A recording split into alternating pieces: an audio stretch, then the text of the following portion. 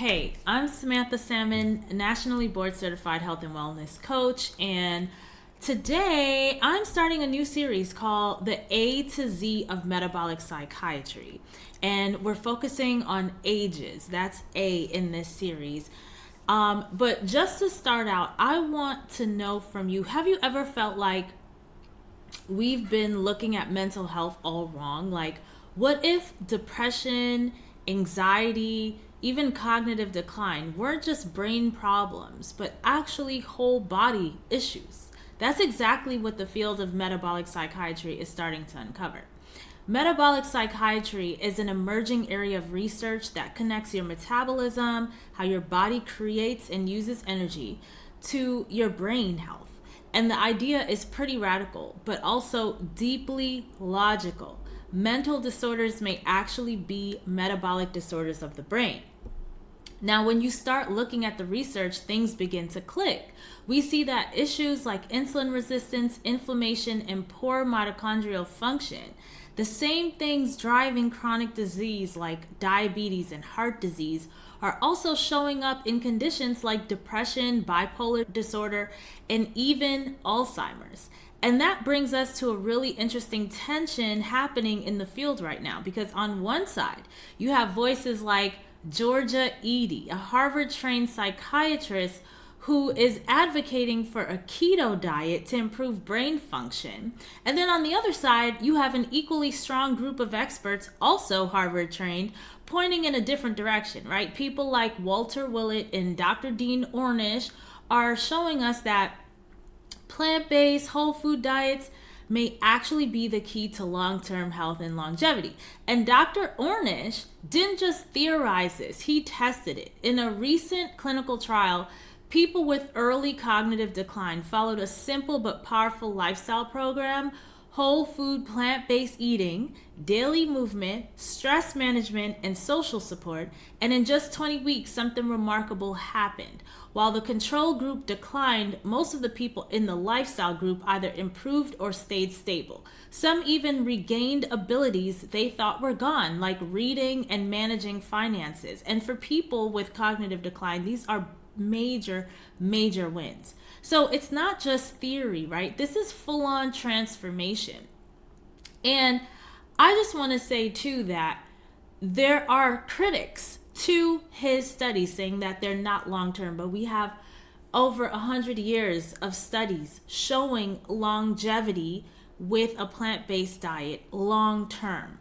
On the contrary, with the keto diet, you have people are saying in the research that people are having all these benefits, but it's only for the short term. People, one, are not able to maintain a keto diet. Just to stay in ketosis is very difficult.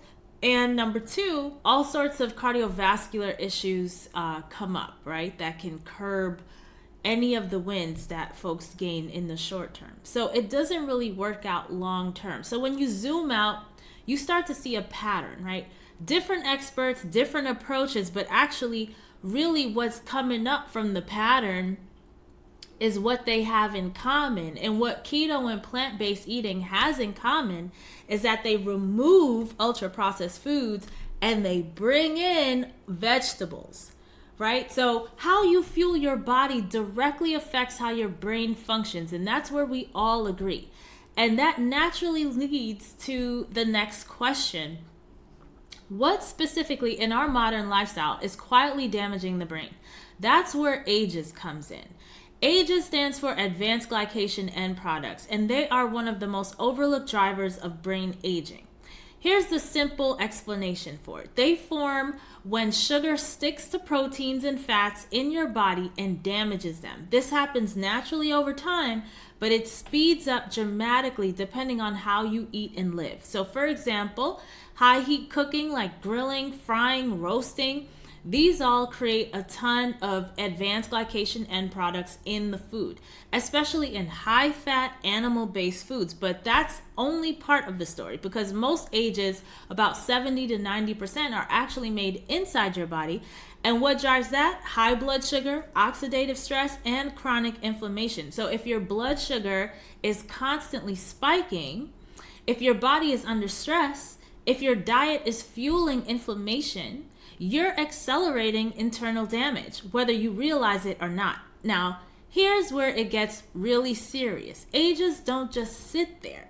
They trigger inflammation in the brain. They damage important proteins. They make it harder for your brain to clear out waste. And over time, they contribute to the kind of changes we see in Alzheimer's disease. So when people say cognitive decline is just aging, that's not really the full story, because yes, aging plays a role, but the rate at which your brain declines, that's heavily influenced by your lifestyle. And that's actually empowering, because it means you're not helpless.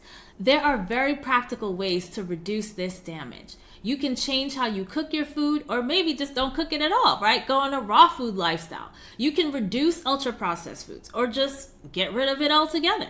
You can stabilize your blood sugar. You can increase plant foods that actually help block AGE formation.